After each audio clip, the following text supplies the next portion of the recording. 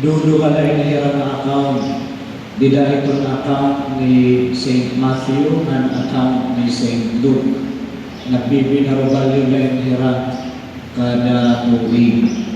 Ngan anaman na binali, tikamhan account ni St. Matthew. Dida account ni St. Matthew, nagtitikam didakan Abraham at katulinan anatong Ginoong Kristo.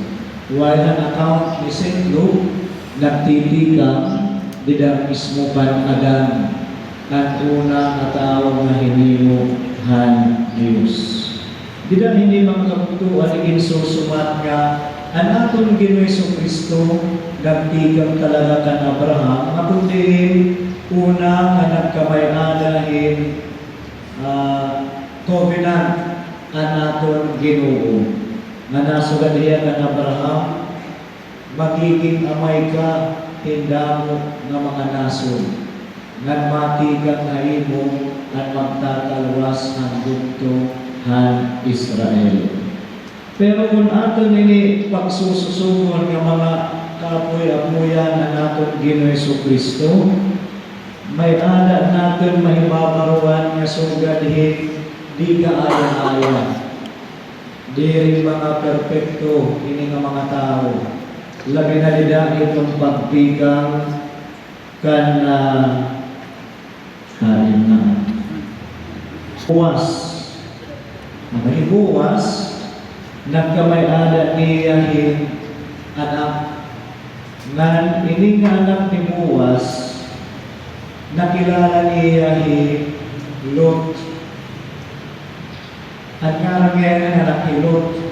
Ngan inhilot naman, ginahasa niya ang iya anak. Ngan hanggang ginahasa niya ang iya anak, nagkamay-ada niya hin anak na lalaki. Ngan ini nga anak na lalaki, asay ini ang naging tatay ni Obed, nga ni Obed naging anak ni Jesse, nga ni Jesse naging anak ni Hadid David. So ni Hadid David, kung sususugon, produkto hiyahin incest. Nga maramang kita nga kamagahan Diyos, di rin mahupay itong incest. Ngani, ni Hadid David, bakit naman ang iya sala, mag-aagaw hiya. Kung napampay na ang panahon, kung habaga home wrecker, ihadi David. Kaya ang nahinabo, nasusuman na iyang gerra, kay perminahan ni dinagog, warang na perminaira. Kasaraan daw, warang na nga niya ugod, kay pahiwag niya kung inanira kontra, hirakuhan na, ikaw na rin kerto, perdinain. Nakatulayan iya balay, iya palasyo, nagkinaturo. Pag mata niya, namumay buhay, nanginag-ngunag, nga pinilaway na rin kinita yung babae na naparigo. Siguro out of boredom, kay wala man yung ibinuhan, hindi kinalawan niya. Inay, kay mama. Bisan kung inasawan na, sexy lang niya. Pinatawag niya na niya yung pinangilanhan, pinahambak niya ang pangawal, na ibaruan niya nga ang iya asawa, sundalo niya, nga ngaran ni Urias. Para niya makuha ang babae, anan niya sugad, Urias, uli na nila anay, pagtagay kita. Nakipag-inumihan ni David niya unusual, para kasanahan ni makikipag-inuming sundalo lang niya. Nga niya sa ring, hubog ka na? Yan na kayo hubog ka na, kanto yung masawa digdi. Kaya may dandangan na hinabukan ni David, ngankan Bathsheba. Huwag dinit ngaran didihan at binati, pero itong tradisyon dinit ngaran ng babae, Bathsheba. Pero ang sundalo, darang kahudugan wala nanganit pakasunod ang hirap panimalay. Tidak lang sunodhan portahan, tidak lang may portahan. Pagmata niya, binalingkat ko ang gerra. hibang ang plano ni Hani David. Ano niya sunod yung plano? Sinugong niya ang kapitan niya si Ring, nga Urias nga sundalo, ikana-imprinted araway para mamatay. Nagdagmit kay Suma, namatay. Naging iya na ang babae. Nagkanatirangan Solomon. Si Solomon pa, 700 nga asawa, 300 nga kabit. Hayong ka naman lahi. Ano? Hito sa katuwing, di rin niya maliligyan nga ng katanan. May maibig na asawa.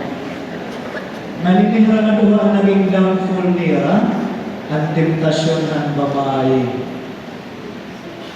Pero bisan kung sugan, bisan ang mga kanunungan ni Jesus, may ada mga ginbuhat nga di magpupay, pinili lang niya mamatawungan, mahingadnan nga sa inyan niya mga kanununuan.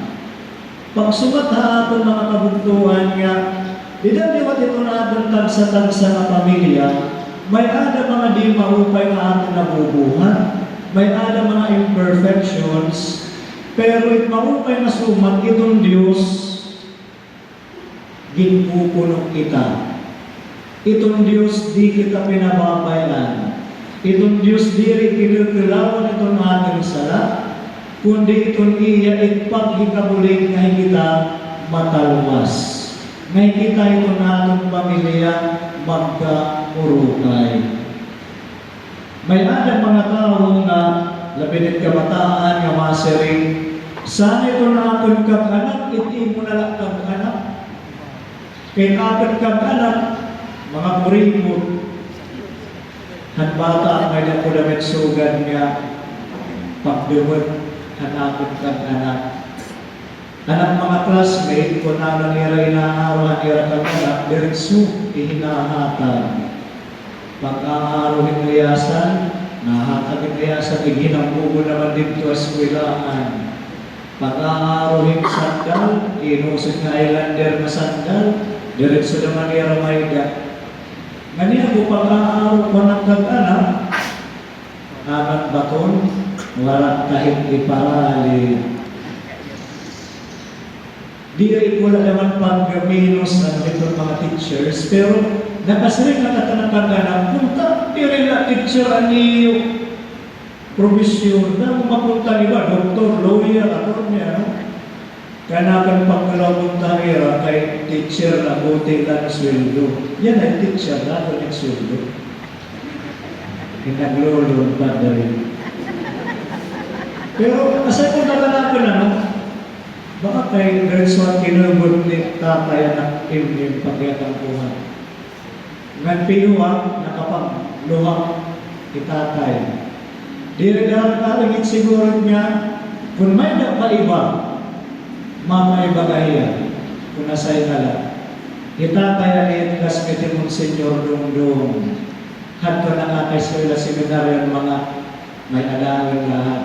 So, ng pamilya, kadi makaya, wala pa kay eskwela kung itatay. Pero mahupay na, kadi ang tig-aanak kung nagpadi na maiya. Pero di dapat kitahan ang eskwela ng pagpadi. Ang pagpadi, kung pipinalin na ng seminarista, asa niya matanapol niya, pagkikita pa ni Madam ang benefactor, alam mo may laptop, diretso may laptop, kanang sarili ni nanay, ayawin pag kinuha ng benefactor. Kaya makaharahon, may benefactor, tapos di ka magpadi. Ipangungutang ka ikaw, para ka rin makatapos, itimpag ikapadi. Nagtotoo magwin. Gamit ka niya mga utang, ninanay ni tatay, pero sa awa ng Diyos, nakagraduar gihap up. Na ginagawa ito'y kanong na regret na nayakang ko ka na ang anak na sana di rin natin siya rin pinili na provisyon. Kaya inapat one sa girl na kunyakon pagyayan na ng suga din aking anak, nakakadurog ano ng damdamin. Na nagsurat ng kaira na nagpasalamat at ang lidahan pag-order na inaakon. Nabisan kun mga anak ko mga teacher la, walang pagbabayi. Di kami nga magburugto ng pagkagraduar kami nga tanan kanira sariling sikap.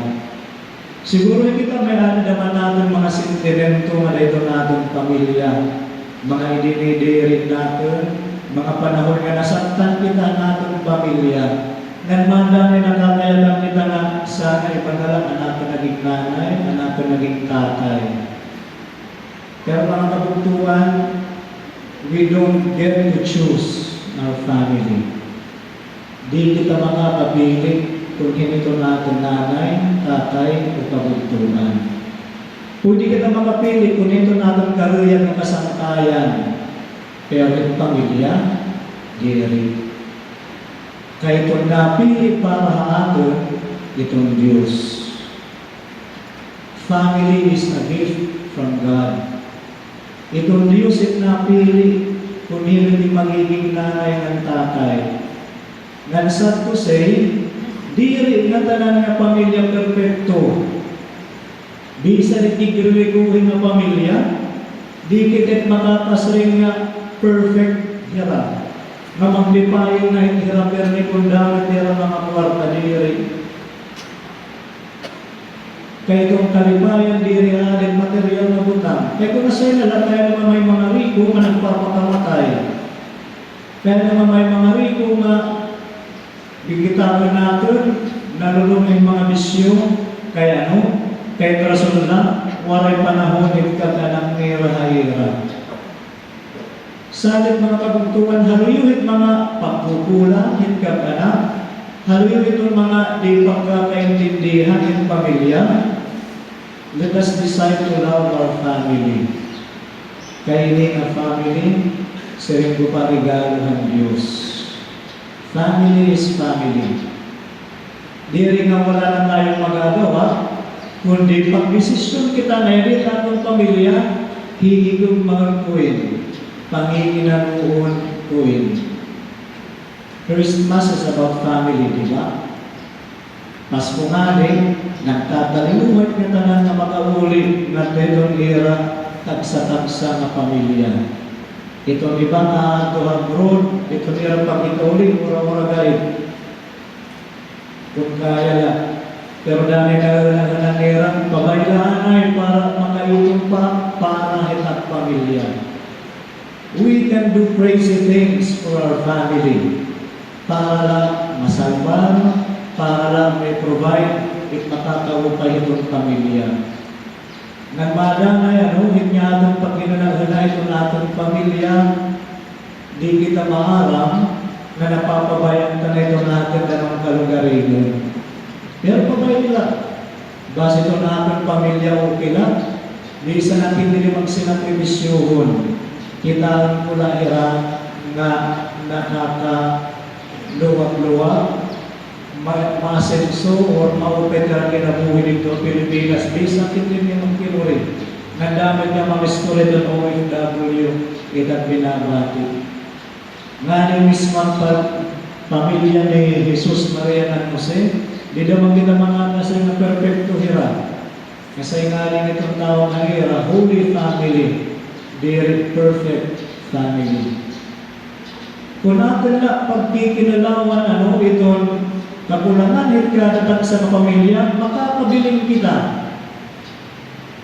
Nandang naman ito nakakawala itong nga imperfections sa kada family, ito nga mga pagkukulang ng kada taksa, ito natin pagbubuno, ito natin paghigugma. Kada pamilya, pwede natin mapintasan, pwede natin makitaan, hindi maupay, hindi karapatan. Pero what makes a family perfect is embracing that imperfection by understanding, by forgiving, and by loving them. Ito na atong paghigugma, it makakakumpleto itong nga pagkukulang itong dadatang sa mga membro itong pamilya. Waray na iba. Di kita magiging perfect habang aanay pa kita sa kalibutan. Kinahanglan natin intindihin ng pagpunuon ito natin tagsa-tagsa nga paghigugma. Nga tanan nga pamilya may Iti ba Nazaret, di atin magiging malipayin yung pamilya kay permi naman kayong kapurihan, permi na kami kablas. Itong kalipay, diit na depende gawas. Itong kalipay ko sa katao na depende na hitim sulod, hitim kasing-kasing. Madiak pang nagtahinala mo gawas, if you decide to be happy, you will be happy. Ayaw kapag na ka maging okay na sitwasyon, di rin na makurit sitwasyon, kaya masalit kaya na. Karoon ko na maging malipayon, kaya di naging mukurit ang pamilya. Di rin kita pwede sumugan. Lugod, kung aming aada, let us make the most out of it.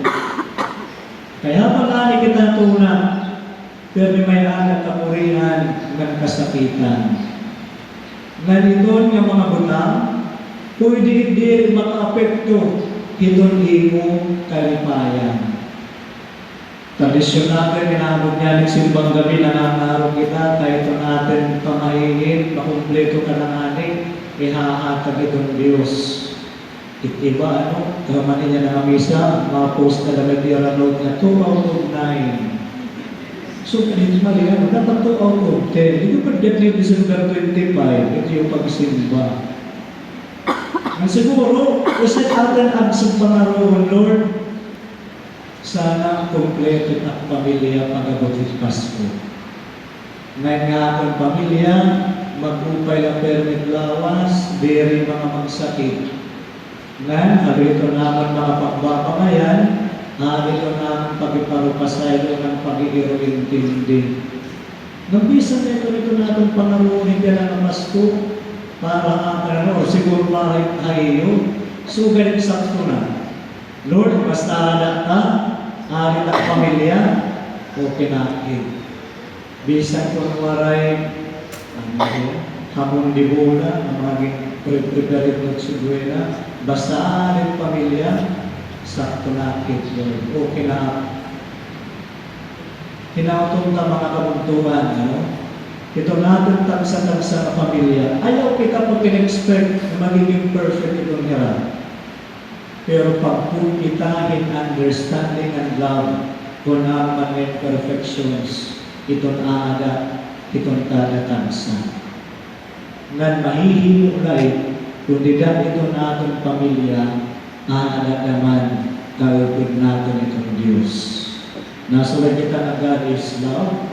If God is in the family, then love is also in the family. Kasi naparating natin ng the family that prays together, stays together. And what makes them stay together? It is love. It is understanding. It is forgiving each other. So ganang pamilya ni Maria, ni Jesus, na ni Jose. Ang alam na naman na ng Espiritu Santo. Amen.